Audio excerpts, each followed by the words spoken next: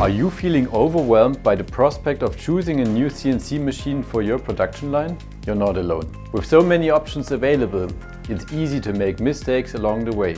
So let me walk you through the basic parameters you should consider for your decision. For light machining of wood and plastics, where precision isn't paramount, a robot might suffice. When it comes to metals like aluminium, steel or tough alloys, dry machining with high-performance cutting tools is the best option. It requires no cooling lubricant, which is better for the environment, operator health and maintenance costs. Only for Inconel or thin sheet materials that also require high precision, milling with liquid cooling is still necessary.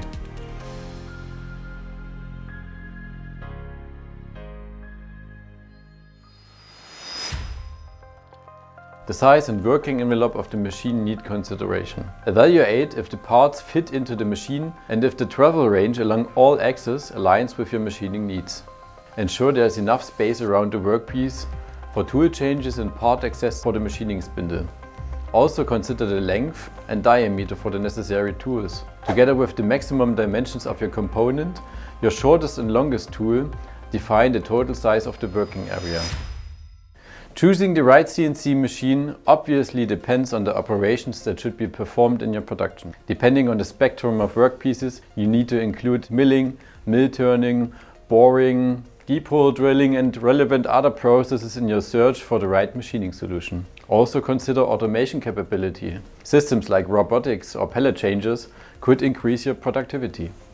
And then it's also necessary to think a bit ahead. Flexibility and upgradability are key to staying competitive in a changing manufacturing landscape. Ensure your machine can integrate future technologies like wire DED, laser cladding or fused granular fabrication, 3D printing.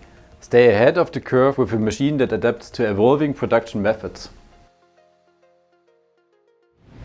Of course, in a video like this I can only give a general advice. If you want to find out more, feel free to contact me.